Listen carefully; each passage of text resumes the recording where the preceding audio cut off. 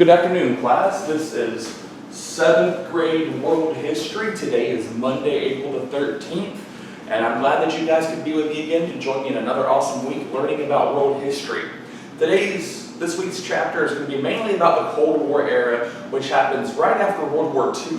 With the creation of the United Nations, we think, hey, world peace has finally been achieved. But there are new threats out of World War II, the threat of communism and several other threats that we still deal with today that are big enemies of the United States. This is where a lot of them start at. So we're in 24.1, new threats to world peace. After the use of the atomic bomb in World War II, many people believed that it was essential to basically establish a permanent group of people that would settle disputes rather than people having to use bombs, because with just 2 bombs, we caused an entire country to surrender. And so the rest of the world is terrified of the use of the atomic bomb. So the United Nations was created in 1945 as sort of to be a peacekeeping mission.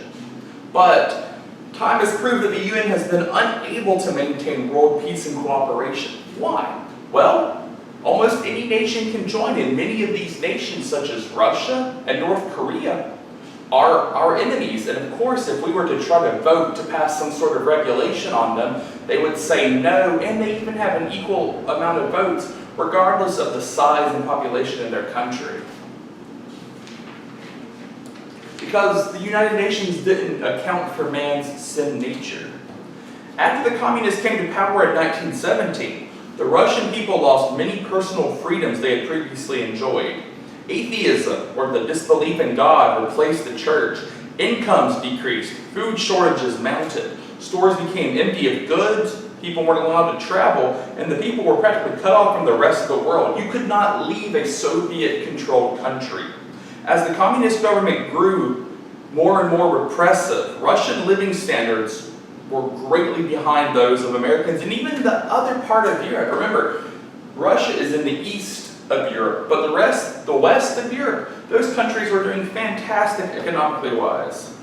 The United States and most of Western Europe opposed Russian communism, but when the Nazis invaded during World War II, we had no choice but to ally ourselves with Joseph Stalin, because he was essential in defeating Hitler. By the time the war was over, Russia had extended her influence and system of communism over a vast area of Europe. After World War II, it became Russia's policy to see how much territory she could seize in Eastern Europe. The Allies, by joining hands with the communists, pretty much let Stalin take over all of Eastern Europe. Communist Russia was a strange partner for England and the United States. You have 2 leaders of 2 great free countries aligning themselves with a communist dictator who killed anybody in his country if he thought that person posed a threat. And so they meet at this thing called the Yalta Convention or Yalta Conference. And in the last days of the war, Franklin Delano Roosevelt, he's old, he's declining in health, he's probably not all there judgment-wise, but he's still our president. He and Churchill had discussed what would happen in Europe and Asia after the defeat of the Nazis in Japan. Churchill, of course, was very suspicious of Joseph Stalin. He saw him as another Adolf who would use basically his power and influence to take over other countries, much like Germany. But FDR accused Churchill of trying to hold on to the British Empire, while Stalin encouraged nationalist and socialist revolutions in the African and Asian colonies. FDR and his advisors believed that democratic socialism was the solution to the problems of the lesser developed nations of this world.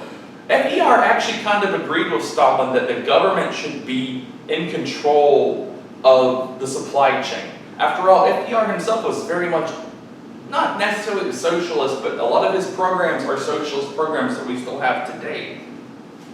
Churchill's fears were well grounded though. It wasn't that Churchill was just trying to hate on Stalin for no reason. He had seen what Stalin had done to the people in his own country, murdering millions. Yes, Mao Zedong killed people, but Stalin killed over 10 million people either through execution, starving them to death, or beating them to death in work camps. Great Britain was economically and physically exhausted by the war. Only the United States could stop communism at this point, but FDR and his advisors were tired of fighting and were willing to compromise with Stalin.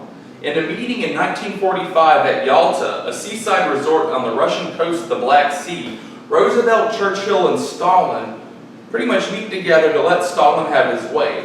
in return, Stalin promises to enter the war against Japan. So in other words, this was the compromise. Stalin, if you join us with the fight, we'll pretty much let you have Eastern Europe.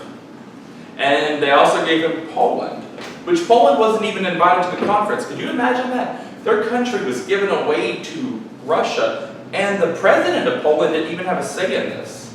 And Roosevelt also allowed Stalin to keep Manchuria, a province or area of China, because it had a lot of resources, along with Mongolia, betraying the nationalist Chinese leader Chiang Kai-shek, who was supposed to be our ally. And as a result, the USSR is created in Eastern Europe, and it pretty much is a just giant version of Russia. It's Russia swallowing up all these other Eastern European countries, such as Estonia, Latvia, Lithuania, Poland, Hungary, Romania, Bulgaria, Czechoslovakia, Yugoslavia, and Albania, and even half of Germany, East Germany, separated in Berlin by the Berlin Wall. So at the end of World War II, we've defeated one monster, the Axis powers in Japan, Italy, and Germany, but we have created another monster known as the Soviet Union, one that we still, though the Soviet Union has been destroyed, Russia still has heavy influence in Eastern European countries today. But that is it for today's lesson. Make sure you do the section 24.1 review, odd number only, and we'll see you tomorrow.